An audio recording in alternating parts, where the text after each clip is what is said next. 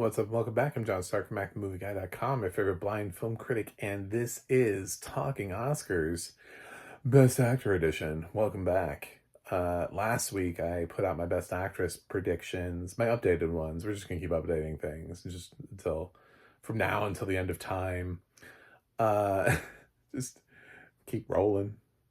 And so, uh, actor, what do we got?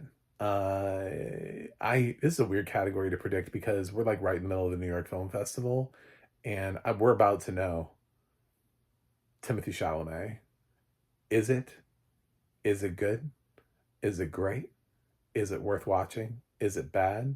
What is it? I was thinking, since the Smashing Machine has sort of a mixed reaction, we keep assuming that Marty Supreme is going to have a great one.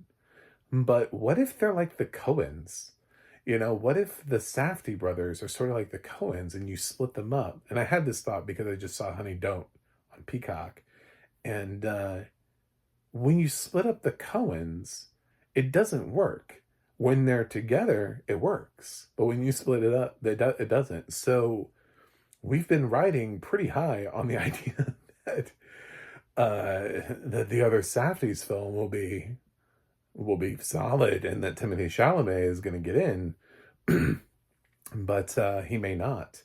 And as someone commented on my last video, and they said, people, they're like, with this current Academy back-to-back nominations, doesn't really happen. Well, my hot take on that is Coleman Domingo. So it does happen, unless you meant like for the same role, in which case there really isn't a precedent for that. The only potential precedent would have been Ian McKellen for Lord of the Rings, because films don't usually release in successive years. So even a film like The Godfather, right, where you get the potential for Pacino to be nominated across multiple films, it's still, they're like years apart from it. So it's not a back-to-back nomination in terms of years. It would be for part one and part two, or part two and part three, or however you want to look at that nomination. But there are years apart in terms of nominations for that movie for anybody involved with that. So in terms of repeating nominations, so the last thing that we really substantially had that was released back to back where anyone got nominated would have been Ian McKellen for Lord of the Rings, which I don't know that for me, the Lord of the Rings movies, it feels like, because it's such an ensemble effort and it was in supporting, that you could have had a host of people nominated for supporting. I remember all the way back in those days when people were talking about everybody from like Sean Astin to, of course, the campaign for Andy Serkis, even though it's a mocap performance, but the work that he was doing was pretty astounding. Especially if you've actually seen what he was doing. It was basically that they just threw some CG on top of him, but he was actually crouched on the ground making that voice the whole time. It's a shame that he didn't get an Oscar nomination. So yeah, I stand by the Cynthia Erivo for now anyway. I At the same time, I did notice that Amanda Seyfried's Testament of Anne Lee just got picked up by Searchlight. So that's obviously a reaction to Rental Family becoming just sort of like well, that happened. So then Searchlight doesn't really have a film this year to campaign, although 20th Century Fox has Springsteen Deliver Me From Nowhere. So, best actor. Do I give a slot to who's winning this category? That's what I have such a hard time figuring that out.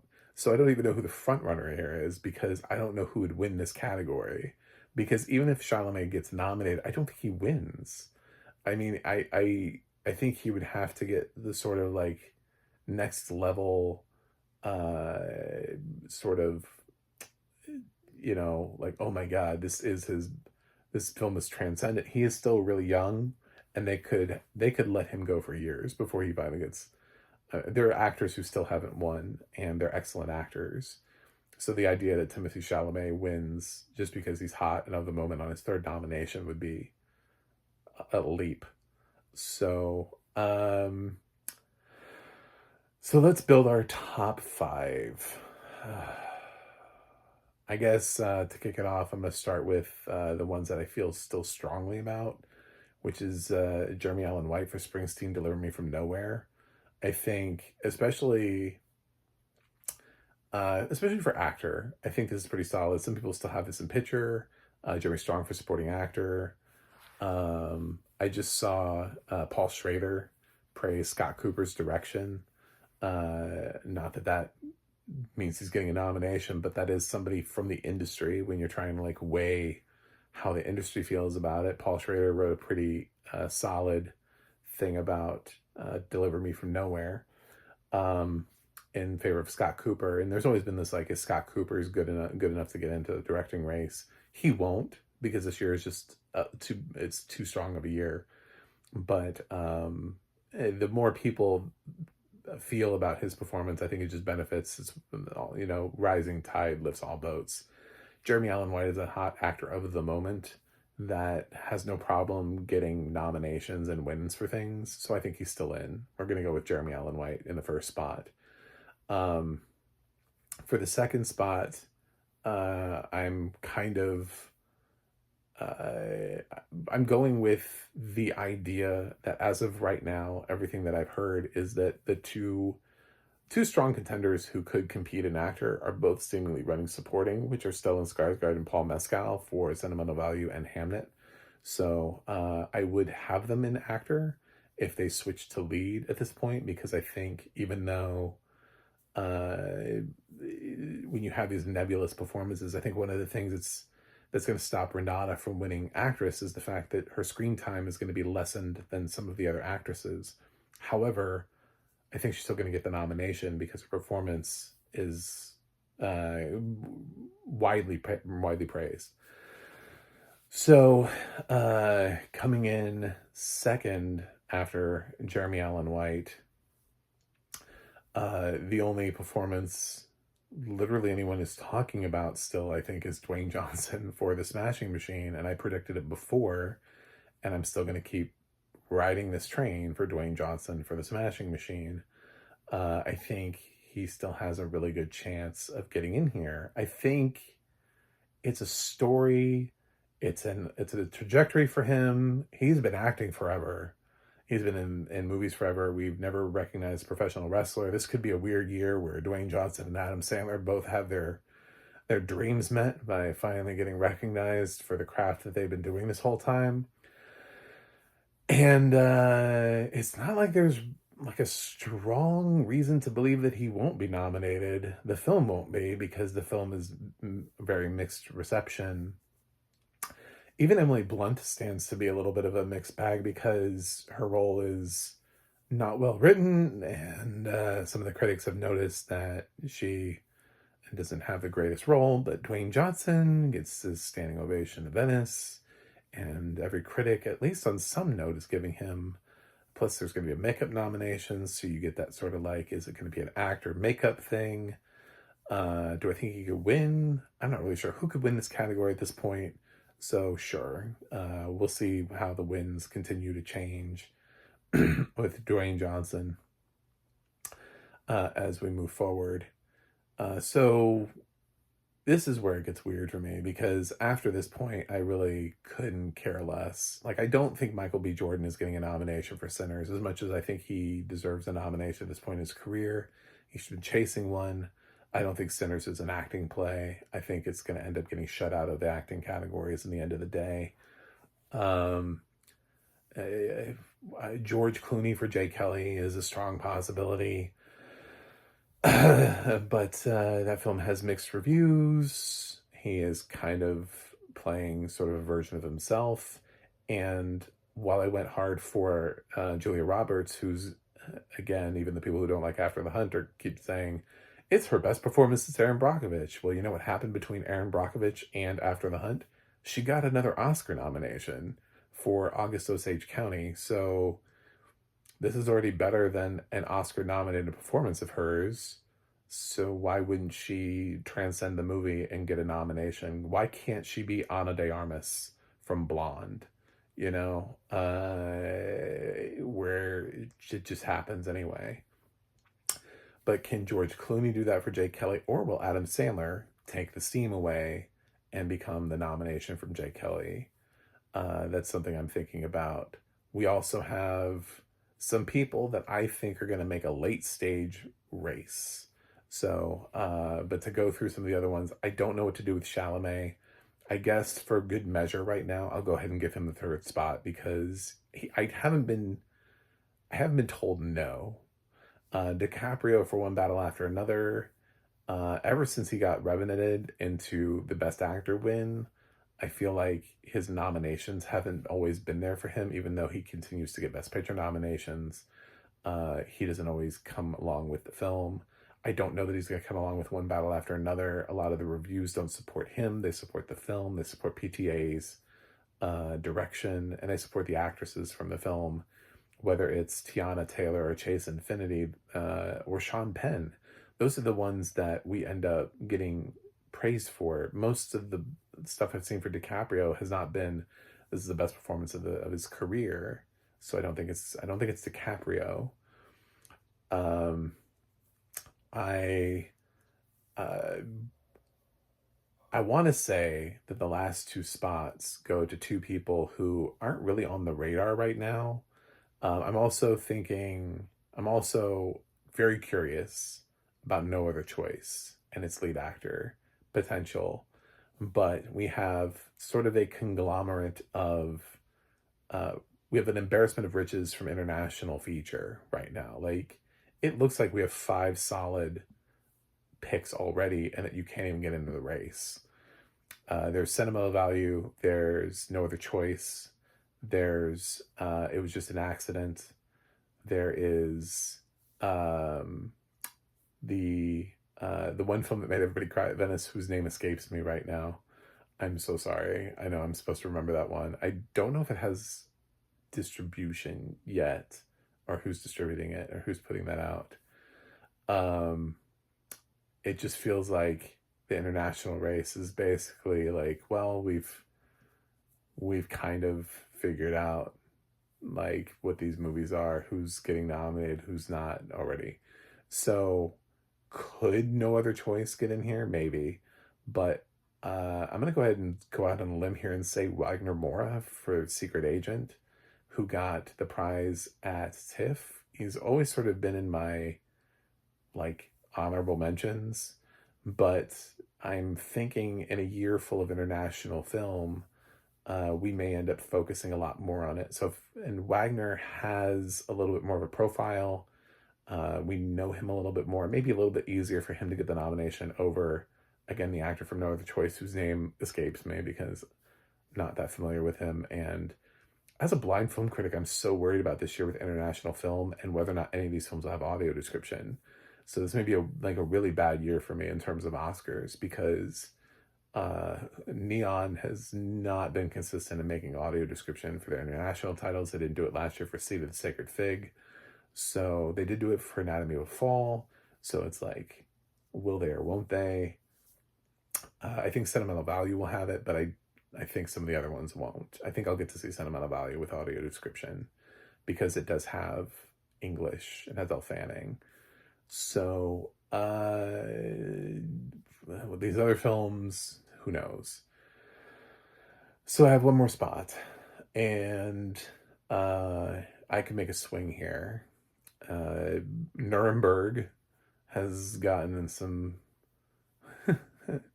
I could say something crazy like Will Arnett for "Is This Thing On?" But I need somebody to tell me that's a thing. I entertain the idea. I like Colin Farrell for Ballad of a Small Player, him getting in just by himself, because pretty much universally, again, it's sort of like the Julia Roberts thing. I think that may be our acting play this year. Our acting categories, because if you look at a lot of what the performances are, it's a lot of strong performances in weak movies. And then the movies that are strong movies, but without necessarily strong performers. So we may end up getting a weird mix of things where films like Sinners end up getting into the acting race with no nominations, but then you get these low nominations for actors who stood out in their movie, but their film doesn't go anywhere but that one nomination. So Colin Farrell for Ballad of a Small Player is something, along with George Clooney for Jay Kelly, that I'm thinking about.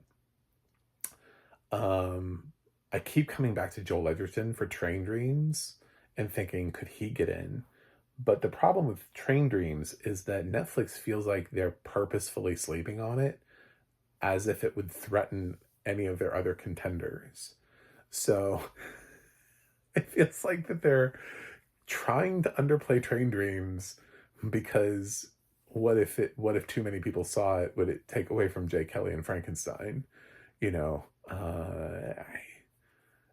is it possible that Joel Edgerton could get him in here? Sure. May I end up switching this nomination around in the next coming days or weeks or months or whatever?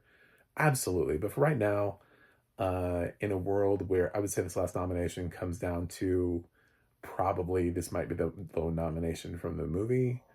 Yeah, there's Daniel Day-Lewis for Anemone. That film didn't get like crazy love. He's again one of those things where it's like he was good in it. It's we're getting a lot of that. I'm hearing a lot of that from these films this year, where it's like performance good, movie not. Jennifer Lawrence, Die My Love, performance good, movie not. Uh, June Squibb, Eleanor the Great, performance good, movie not. So it's a recurring thing over and over this year. We have actors who are showing up in these movies where people are like, the performance was great.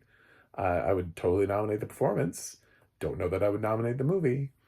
So aside from a couple movies that where the performances and the films are hitting, like Cinema Value and uh, things like Hamnet, where you're going to get both picture and acting nominations, there are performances that seem to work, but the film doesn't. I'm going to go with Colin Farrell for Ballad of a Small Player. It's not a back-to-back nomination for him because it was 2 years ago that he was nominated for Banshees of Inisherin. So it wouldn't be back-to-back. And I think from what I'm hearing, it's good. This could also be Joel Edgerton from Train Dreams. It could also be George Clooney from Jay Kelly. But I think it's one of the Netflix boys. And I keep kind of like rotating and flipping through in my mind as to which one it might be. Same thing with Wagner Moura. It's like it could be Wagner Moura or it could be No Other Choice. But I think we're going to get an international nominee and Best Actor this year. And right now, I think Wagner has the better shot at it. So the one I feel most solid in is Jeremy Allen White because it's a biopic and it feels like the thing that they're definitely going to go for. And the reviews for Deliver Me From Nowhere have been better than the reviews for Smashing Machine. So he seems like a safer choice. Do I think he can win on his first nomination? That would be amazing. Rami Malek did it for Bohemian Rhapsody, and he was also coming off of a hot TV show. So sure. I'll give him deference. I think he has a better shot of winning than Dwayne Johnson or Timothy Chalamet. But with the right kind of nominations in here, if somebody were to get in, like a Joel Edgerton for Train Dreams, Joel's been around forever. He's been doing things. A Colin Farrell also for Ballad of a Small Player. If he were to get in, he didn't win for Banshees. So could he end up stealing the show for Ballad, especially if the category is weak and is a whole bunch of people who they're good, but their movies are meh. We're still waiting to hear about Marty Supreme. So, or could it be something like a wild card, like a Will Arnett from Is This Thing On is going to suddenly come in and sweep the race? I don't know. This is a weird year, but actor feels like it's all up in the air and it's all over the place. Feels like there are a lot of contenders and you could slot any of them. So those are my 5 right now. I know it doesn't feel like it's the most amazing group, but I'm going to go with Jeremy Allen White for Deliver Me From Nowhere, Dwayne Johnson, Smashing Machine, Timothy Chalamet for Marty Supreme, Wagner Moore for Secret Agent, and Colin Farrell for Ballad of a Small Player. Those are 5 that I'm going with today. It will definitely change. I don't feel like this is my final 5 at all, but this is the 5 This is very much a fair weather category. Like, where are we going today? I don't know. So anyway, um, thanks for watching. Thanks for subscribing. And I will see you guys next week with a supporting actress video.